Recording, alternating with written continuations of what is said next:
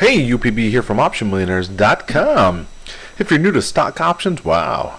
Well, I suggest first you paper trade, but I'll just tell you right here, straight out, that there's some tremendous reward for those who take risks trading out of the money stock options. There's also strategies that you can employ to reduce your risk in the marketplace for trading stock options. I'll just go for a trader like Jimmy Bob. You could do the iHub board. He posted his trades there, was banging the table, so to speak, with the WYNN calls yesterday. He bought those at 16 cents, bought a lot of them, sold them today for $4. So do the math there, folks. That's $160 into $4,000, or $1,600 into 40 grand. And that's why we trade stock options. And again, a trade like that will make up for a lot of the risk that you take out there. A lot of the options, you have to be right away. But thanks to Ben Bernanke, it was a lot easier to be right this time around. We've been saying at OptionMillionaires.com. We've wrote posts about it. We've said ad nauseum, the central banks will not allow this market to collapse. They won't. And they will be there to reinforce it when it needs reinforcing. And now we're getting infinite reinforcing. I wrote a little blog post last night, also at about February of this year, about 6 months ago. I was talking about QE infinity. I say QE infinity and beyond. So of course we're going to see that QE infinity now. There is no date. All that matters is when the employment rate improves. If that rate does not improve, we're going to see continuous stimulation via the Federal Reserve, which is a grand scheme for stocks to rise. And that's what we saw today with Apple. Did a nice video at StockTwits.com the last couple days talking about do not stand in front of this steamroller. And look at the bears getting steamrolled for the last 3 years on this stock since 2009, the lows here. I was actually in these calls here when Apple was at $80, and instead of buying the leaps, I'd probably be richer than Buffett. I bought the short-term calls, sold out. But needless to say, just a gigantic move for Apple. And I was talking about the stock here. Even yesterday when the stock was at $80, let's just go back to 2-day chart. I was talking about it at the closed at about 681. I said it's going over 690. Hit 697 today. I said it's going over 700. That's next week. That's next week. We have Google. I hold to that double top here we're going to have soon. Google's going to head to 725. I'll pull back a little farther and you'll see exactly what I'm talking about. Let's go to the 5-year chart. Oh, come on.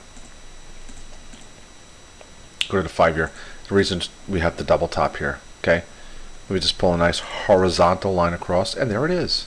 Okay, that purple line. That is resistance. Break through that, we're going to hit 750, 775. But I think that's going to be a great spot there to get some puts.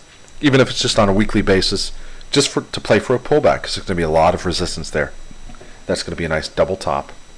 Pull back off of that. Had a great run from the end of June, start of July. In spite of the weakness here, we saw a couple candles down here. It's not going to show in the weekly chart.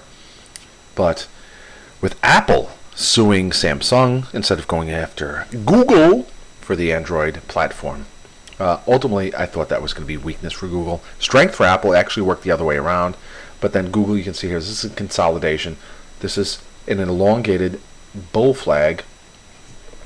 The stock has just broken out of this channel. Now heading up, we're going to see resistance here. But my chart says exactly $724.14. Okay, that will be the high next week. Let's keep going here. I don't want to bog you down with too much. Oh, I can't. This is ridiculous. Okay, we have ISRG. I posted this. This is a beautiful bull flag. Okay, Google, not so much a bull flag. That was more consolidation there, pennant. This is the bull flag. Okay, come up, consolidating here, and we're gonna bing, spike a boner there till about 550 on ISRG. It's gonna be pretty wild. Okay, soda continues. We have the drop down. This is the spike to 80 we saw last summer. Okay, we're seeing a breakout here of this. Again, this is a bullish pennant, and it's a 5-year weekly. Okay, just like gold and silver. You pull up the charts of gold and silver. I'll do that for you. It's a bullish pennant. See that? Coming together, and then bing. Okay, we're going to see a continuation for soda. Also, consider that over 50% of the stock is short sellers. So, with all this money being doled out by the Federal Reserve, obviously it's going to head into risky assets. And with New York City banning the sale of excessive cups of carbonated sugary drinks, why not do it at home? That's what's going to happen now. It's going to be like the prohibition back in 1920, 1925. They're going to be serving their own big giant sodas at home through SodaStream International. Maybe that's why we've seen a spike. Thank you, Mayor Bloomberg. Yes, tell us what we can drink. Oh, you can only go to the bathroom once a day. Gotta hold it in. I mean, come on, that's where we're heading. It's pretty. Thank you, Obama. I don't know. It's not his fault. Okay, off the politics. So we had soda, and most importantly, we had WYNN. Let me just go to WYNN, and I'll show you a trade Jimmy Bob brought to the chat room at OptionMillionaires.com. You look it up. He actually got out of $4. Let's look at these 110 calls. That's the 5-year chart. Okay, we don't want to see 5 years on a weekly call that expired this week. Yeah, let's just pull in a little closer. Okay, look at this, just outstanding. And Jimmy Bob was in the 110 calls at 16 cents. No, not 16, I'm sorry. I'm thinking a different option.